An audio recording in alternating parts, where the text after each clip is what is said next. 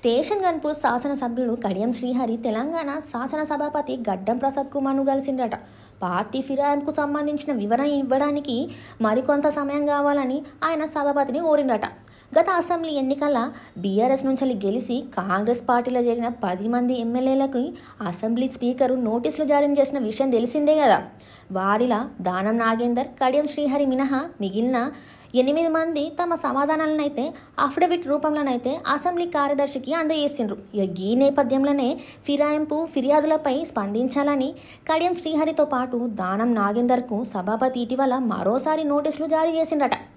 ఈ నెల 23 తేదీలోగా అఫిడవిట్ రూపంలో సమాధానాలు సమర్పించుకోవాలని ఆ నోటీసులలో ఉన్నదట.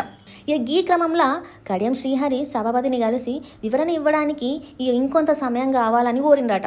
మరోవైపు ఢిల్లీ పర్యటనలో ఉన్న మరో ఎమ్మెల్యే దానం నాగేందర్ తిరిగి వచ్చినాక వెంటనే సభాపతిని కలుస్తారట. దానం నాగేందర్ కూడా మరి నాకు కూడా కొంత సమయం కావాలని కోరే అవకాశం ఉన్నట్టు తెలుస్తుంది.